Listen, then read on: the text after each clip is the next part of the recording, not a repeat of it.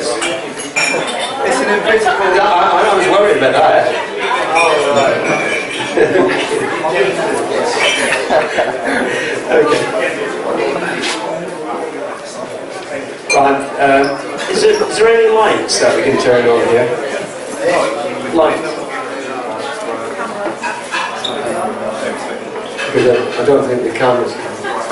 I'll get some of it turned on. Anyway, here's Guy Taylor. As usual, he's going to be good.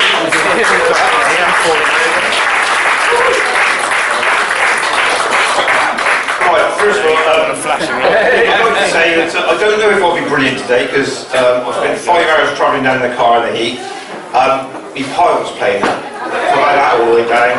And I've got a big court case on Tuesday in Nottingham Crown Court where I'm hopefully going to be speaking on behalf of the lady who's getting a pension. So I've got a lot of stuff going on in my head at the moment, so I haven't made any sort of mental note of what I'm supposed to be talking about. So I haven't got a clue. Yeah.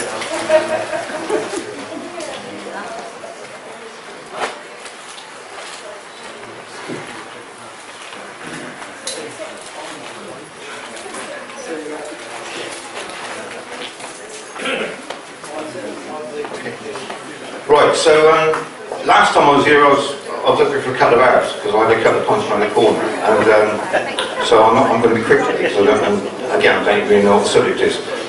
So what I'm going to say is this. Can you tell us, in a nutshell, everything that we should look out for in the mortgage cases you're involved in? Right. Okay. Well, Stuart, I think there's people far more better than me. Well, there are lessons learned along the way. Yeah. I mean, look, the lessons to be learned in all these matters are they're coming for you. Right? They'll come in for you. You know, I had £4 million worth of property with no, it wasn't encumbered in any way. When I started engaging and questioning things and started operating for, because I haven't done any sort of manual labour or anything in my life really, so I've just gone my own way. So when I inherited all the property, I thought, what can I do to contribute to the business? So, because I'd always been involved in criminal matters, most of it when I got in prison or whatever, but I thought maybe I can get involved in the legal situation, so I started investigating all the legal matters on behalf of our family business. Yes, but I mean, so we were paying our lawyers at that time £30,000 a year, which is £600 a week. So I thought, at least whatever I do, that was on average. So I thought, whatever I do, I'm going to be contributing that much. And of course, every time I started investigating anything, it started to fall apart. So we had a lot of council tax properties and business rates, so I started looking at that, and I started seeing that the whole thing was a sham, and that they were operating in the wrong jurisdiction. If there was a debt, they should be in what they do in the magistrates' court, it should be in the county court. And so, and then everything I looked at and everything I picked away at fell apart very quickly. And when you do that, you start thinking, who are these professionals? You know, these professionals professionally ripping me off. You know? They're professional criminals, that's what they are, for a lot of extent. So you start looking at these accountants, and you start looking at these lawyers, and you start looking at these people and thinking, well, why are they making £100 an hour? What are they doing for that? And really and truthfully, what the bottom line is that they've gone to university and they've studied for 6 or 7 years, come out, and then they've joined a gravy train. And I'm not saying that all of them are like that, but most of them are. You know, and it's culture now, what's happening, and they think they deserve that an hour. They think they deserve getting whatever ridiculous fee it is an hour. And of course, now they're just robbing everything off everybody. And so what I noticed was that it was like vultures swimming around my head. And I thought, they're coming for me, they're coming for everybody, because I can afford to pay off whatever I need to pay off. And the more I investigated, the more it fell apart, and then this sort of massive thing just sort of folded. And it's very encouraging to know that we were right. You know, there are people, you know, I mean, anyone who's investigating and doing research, we're standing on the shoulders of giants, because there are people before us who've done this, and we're able to see further ahead because we're on the shoulders of these giants. And of course, now we've nailed it. I mean, look, now they don't even use documents anymore, because we discovered that the documents are fake. So they'll come around with no documents. So over in Ireland, if you look at the moment, what's happening over there? They're going and raiding properties, and because people are supporting each other and they're standing up to these bailiffs, they're going around there with balaclavas on, covering up their number plates, and the police are supporting them. The police are saying, yeah, we're just here to make sure there's not a breach of the peace. The corporate police. So I mean, there's films on YouTube about that. I mean, it's incredible. So we know that they're coming for us. Well, what do? You own your house, and you know they're coming for you. And recently, people have been contacting me in enormous amounts. And recently, I've had people contacting me who don't even owe any money on their mortgage. Their mortgage payments are up to date, and they're still coming for them, telling them they've got to sell the property, and commercial property attached to it. So like a commercial aspect. But so what do? When they came and got me, there was like 100 police and bailiffs in a helicopter. What do you do in these circumstances? You fight them off, or you just say, okay, we'll go with this, but we'll have to attack it later. When you attack it later, you're attacking the same entity. The council, the police, the social services, all that lot, and they establish that and they can prove it to you. Because they're in strategic partnerships. Now, what is the strategy? The strategy is to rob us, right? They're in partnership. And so under MAPA, the multi-agency, they start giving each other information about us. So when you start questioning what's going on, if it be council tax, your electricity bills, everything like that, now what's happened, it's got to such a stage with people throughout the country, they got to such a stage that what they think is that anyone whose head pokes up above the parapet, they immediately nail as a free man. That's what they're doing. Free man, they'll call you. And then all of a sudden you go into a file, and then all of a sudden those people who before that might just start questioning something with their rates or whatever, all of a sudden now they're in this free man file. So they start noticing that these brown envelopes coming through the door all the time. And they're being told that their rates are changing, and this has changed, and all of a sudden they're getting bombarded. And that's the strategy. That's what the strategy is. And they're in strategic partnerships, and if you get any of their paperwork, and you have a look, you'll see they're in strategic, so the court's in strategic partnership with the council, who's in strategic partnerships with the schools, who's in strategic partnership with the next one. They're all in the police and the courts. Now, if they're all in strategic partnerships, and any of those bodies are taking you to court, what chance you got? This is what's going on. So we've been in a civil war in this country for a long time. People haven't woke up. They don't realise. And you keep giving them keys, but a key's no good unless you put it in the lock and turn it. Most people are it's their personal problems which are affected most, which is fair enough. But there's a bigger issue. And the bigger issue is, it's going to happen to all of you. It's, all of us, it's happening now, right? So please wake up. When you find out that this and that's wrong, go away and start and help everybody. Just join them lot again. Because really and truthfully, we're dealing with gangs, and that's what they are. They're gangs, strategically placed all over the country. Police, social services. So they're coming for your children. They're coming for your house, they're coming for your car, they're coming for anything they can get off you. And if you owe £1,000 to someone and you've got £20 million property, they'll bankrupt you. And then they'll for that £1,000, then all of a sudden the fees will be through the roof for these people, for these fake businesses, for these bailiffs. They don't produce anything. These solicitors and accountants and these receivers and all these characters all get into this situation. And when you get put in that situation, they then try grinding you down. But if you analyse what's happened to you and you go back through all the paperwork and all the process and all the procedure that's gone on, you find that it's all fake. Every bit of it. And this is what I've been telling people for years. It's fake. So if there's been a court order against you, fine. If Mr. Smith takes Mr. Jones to court, then you'll find a proper seal on the document, you'll find a fee paid, everything gets dealt with properly. But if the bank or the council or utility companies are taking you in the same building, definitely the banks, 100%, they don't pay a fee. Why why don't they pay a fee? Because if they don't pay a fee, there's been no court process. There's only a court process, a fee being paid in the civil court. So you find out all this is going on, then you pick that apart. Then of course they'll come in and they'll steal your house. So you go, okay, fair enough. Let's have a look at the land registry documents. And when you go to the land registry documents, you find that it's all been fraud.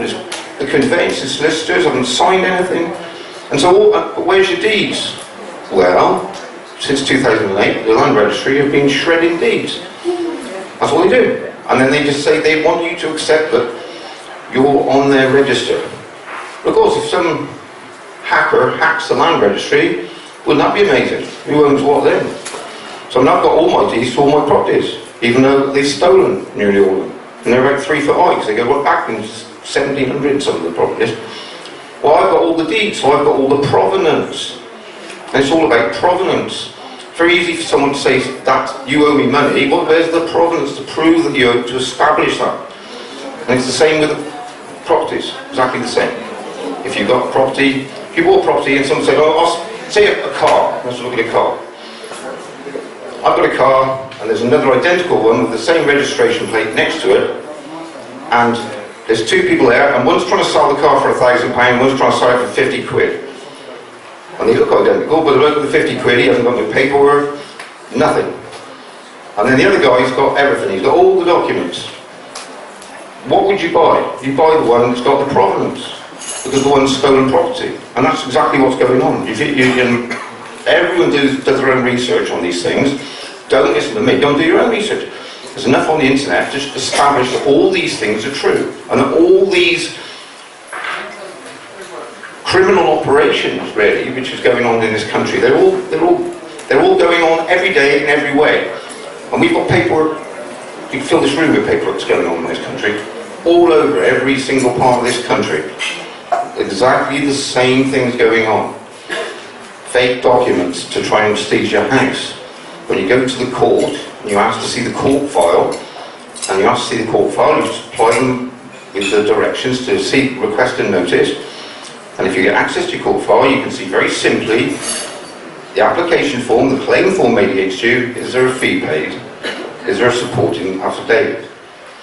And in a lot of the cases with the banks, you will never find, well, most of the cases of the banks, you will never find there's a fee being paid.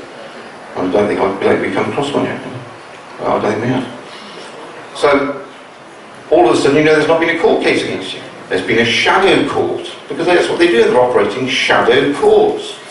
So you think you're going into the court building, but really you're going into the venue of the court, but somewhere down the corridor, someone's got a private business enterprise going on, and they call you in there, and you go in there, and they claim to have manufactured your consent, and you've agreed to all these things happening to you. Of course you haven't. Of course that's fraud. It's fraud by misrepresentation. So all this stuff's going on. So everybody, what do you do? What do you do about it? It's not going to be just saying all these things. We need some solutions, don't we? So liens, that's the way to deal with that. The moment you know that they're surrounding you, that the vultures are surrounding you, okay, you're going to come and take this, you're going to come and take that, but I'm going to have ultimately something else. So I'll have to transfer whatever I've got into some sort of paper form to show that what I'm saying has got provenance, and then ultimately I'll look into all your documents and show that yours haven't. That's the only thing you in that respect, do. Right, great, okay. Secondly, all these commercial entities and all these corporate entities, they all have to have professional indemnity insurance. They've got to be indemnified, insured. So, if you read the professional indemnity rules, it says that actions, I'll come back to that. Professional indemnity rules are there. So if there's circumstances that give rise to a claim, that's where I am. Are there circumstances that give rise to a claim? If there are circumstances that give rise to a claim, even if that claim later has no merit, they must still be informed. So if you put £1 million claim against one of these claims, and you say, right, there's £1 million claim against you, they're obligated to tell their insurers that there's a claim, or we don't think it's got any merit, but they're obligated to tell their insurers. So that's another tool you use against these people. Or you've done. So these are all these little things, and when they come for you, which they do, they'll come for you, Whether it be your house, it be your kids, it be whatever it is, they'll come and they come in. And this is what's going on. You know, listen, we're all getting poisoned. We're getting poisoned in the skies, they're giving kids vaccines. If anyone investigates any of these areas, you start realising there's a bigger agenda going on all over the globe. And these things are coming to all of us. They're, you know, police, terrorists. I mean, really truthfully, you know, there's been a terrorist thing going on again yesterday or whatever, all day before, and it involved one guy apparently. You know, a whole city in Germany closed down. There's one guy. You know, I mean, the whole thing's being manufactured, and you know, it's clear for us to see. You know, it's going on. We're being closed in, and people that realise that there's pressures on, they're on top of us, all over us. And you know, it's no good just solving your problem with the end power or British Gas. You've got to think, well, okay, what happened to me was wrong. So go and investigate these things and look into these things and help other people, because that's what we're supposed to be here. We're supposed to be here to help each other.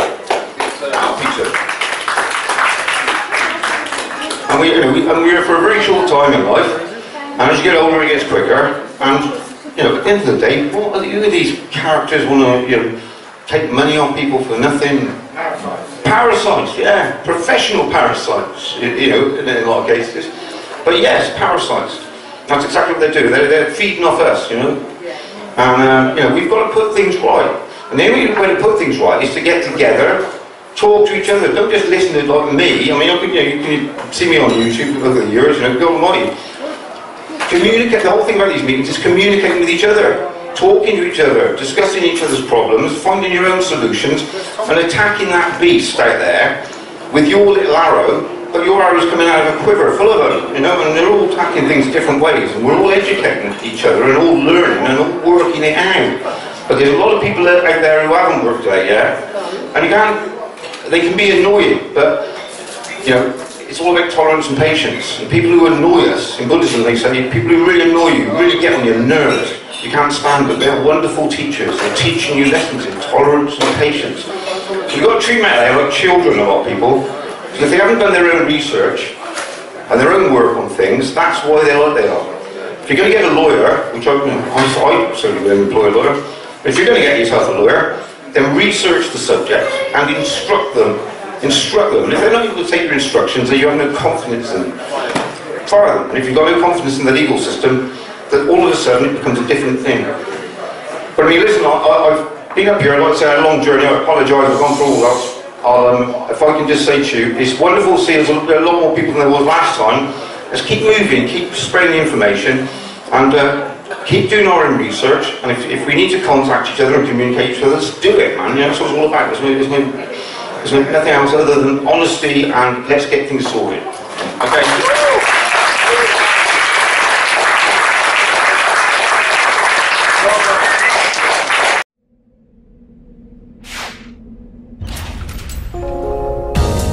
Debt Free TV, in association with GetOutOfDebtFree.org.